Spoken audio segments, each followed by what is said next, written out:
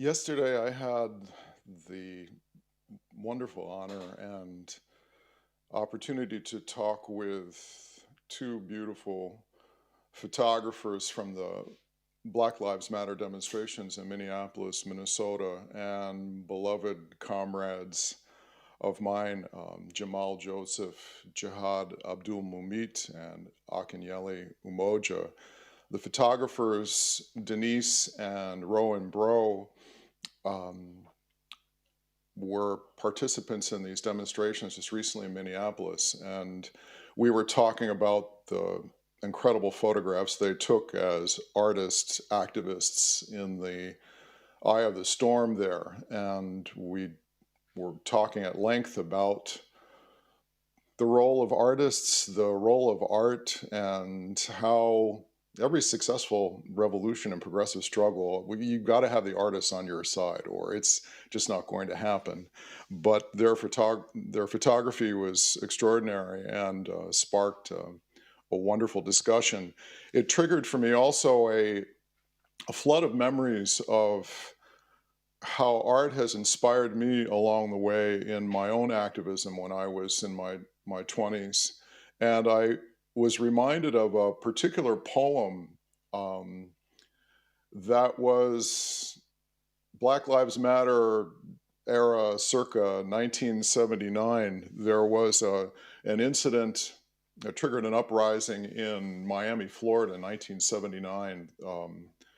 African American man named Arthur McDuffie was riding a motorbike and was then chased down by police and knocked off his bike, and then they beat him to death on the sidewalk with clubs and flashlights.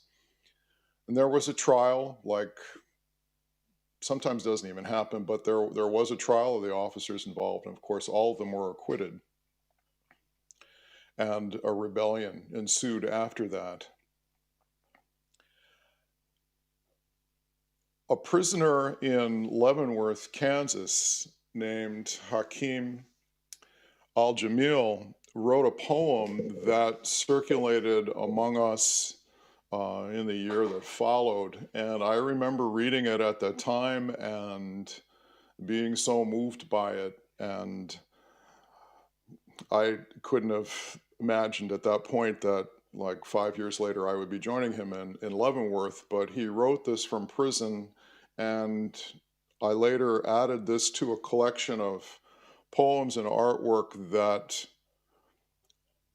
another political prisoner, Ray Levasseur, and I edited while we were in prison. This book is called Hauling Up the Morning. It was a collection of artwork and writings by US political prisoners. But I wanted to read this poem it starts about Arthur McDuffie, but you can add and substitute so many hundreds of names to this on your own, as has ensued since then. But I'm going to read this poem again. It's by Hakeem Al-Jamil. The poem is called Who Killed McDuffie? A Definitive Question. His brain was bashed, cranium crashed, skull fractured, but they said those who beat him didn't kill him. So who killed McDuffie? Maybe it was the same ones who didn't kill Clifford Glover, Randy Heath, Jay Parker, Claude Reese, Randy Evans, Luis Baez, Arturo Reyes, Bonita Carter, Eula Love, Elizabeth Magnum, Arthur Miller, and countless others.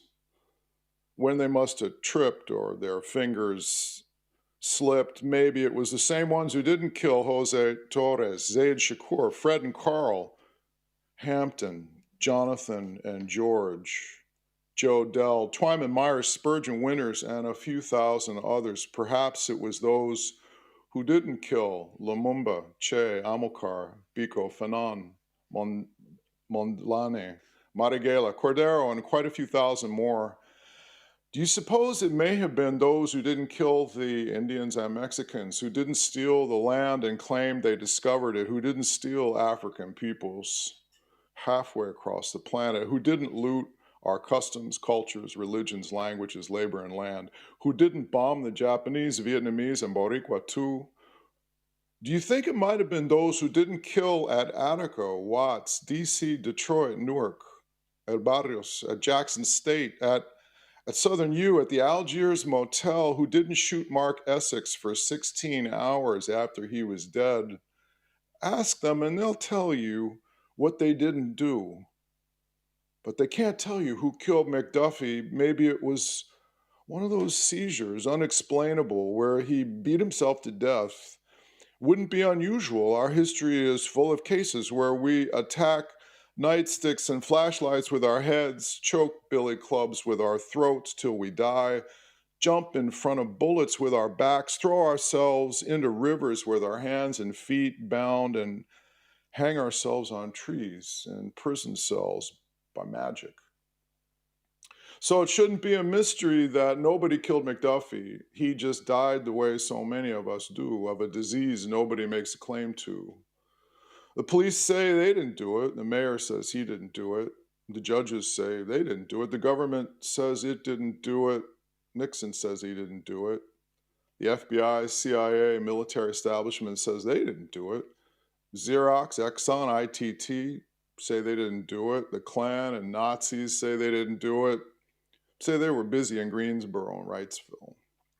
I know I didn't do it. That don't leave nobody but you. And if you say you didn't do it, we're back to where we started, looking for nobody who killed McDuffie. You remember nobody, don't you? Like with de facto segregation, where they said the schools were segregated, but nobody did it on purpose, like when they said there's been job discrimination for years, but nobody did it intentionally. But nobody we're looking for, the one with the motive to kill McDuffie. And you see, we must find this nobody who slew McDuffie, because the next person nobody will beat, stomp, hang, or shoot to death won't be McDuffie. It'll be someone close to you. So for your own safety, you should know the pedigree of who killed McDuffie. You should know the reason of who killed McDuffie. You should remember all those forgotten who died of the disease nobody makes a claim to, so we won't be here asking, who killed you?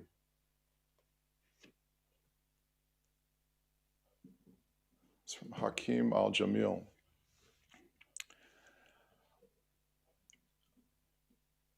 I wanted to also write, been writing some new work, but it brought me back to some memories of prison transport, which is a particular experience that is indelibly left on your psyche and flesh. But this is a poem that is about the transport and then the arrival at the DC jail, where I was then to be put on trial with my co-defendants and comrades, Marilyn Buck, Linda Evans, Laura Whitehorn, Susan Rosenberg, and Alan Berkman. We arrived at the DC jail. This is a poem that is called "No Such Thing as White Folks in the DC Jail."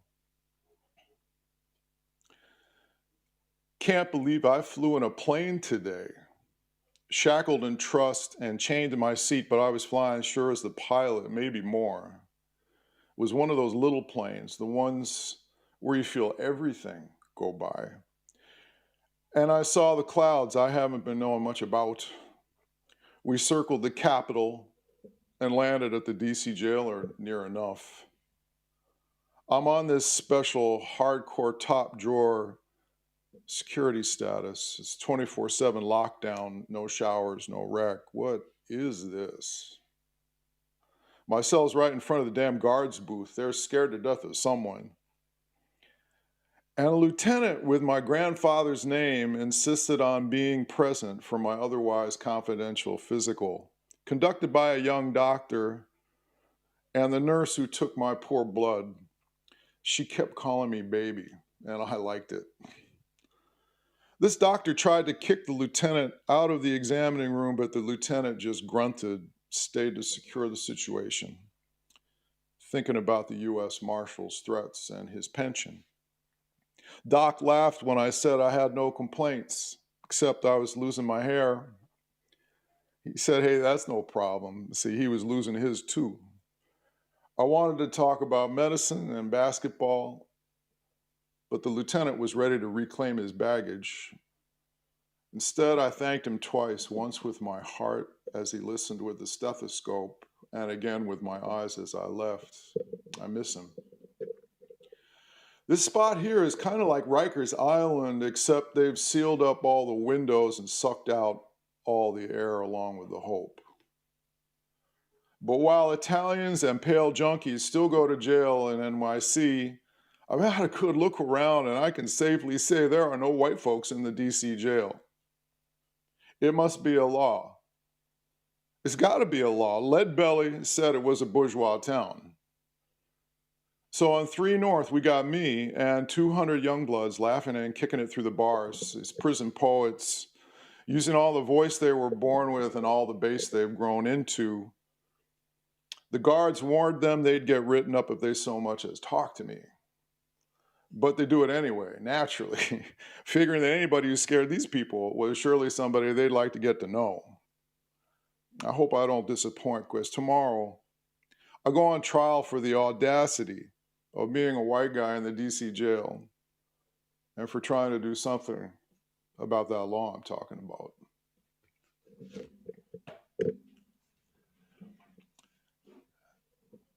And then I have one poem that another one I've been working on for 30 years that has been a persistent memory that changed me in that moment. It's something I've never forgotten. I've never been able to come up with exactly the right imagery or words to express what was going on in that moment. And until now, this is maybe a work in progress, but it's an attempt to get there.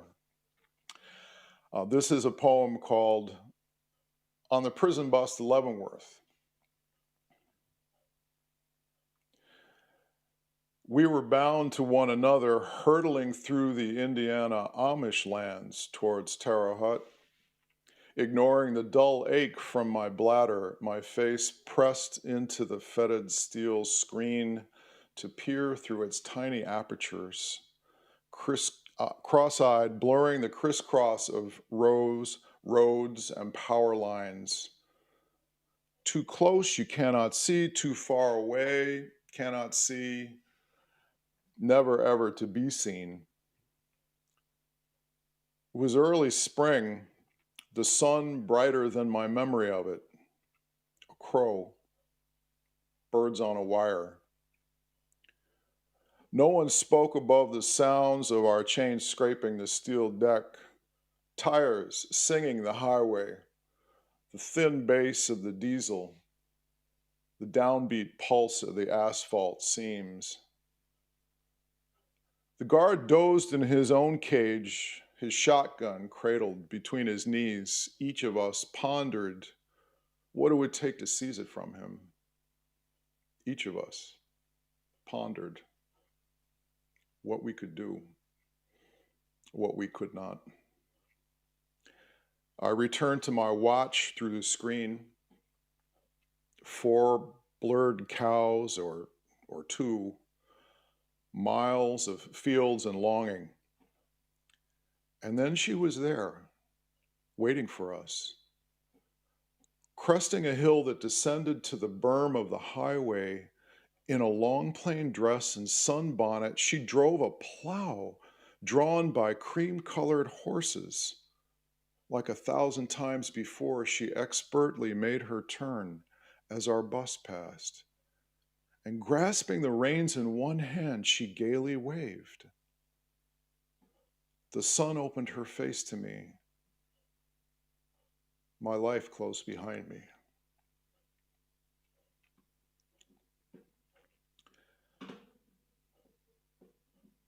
So let's fire 1,000 poems.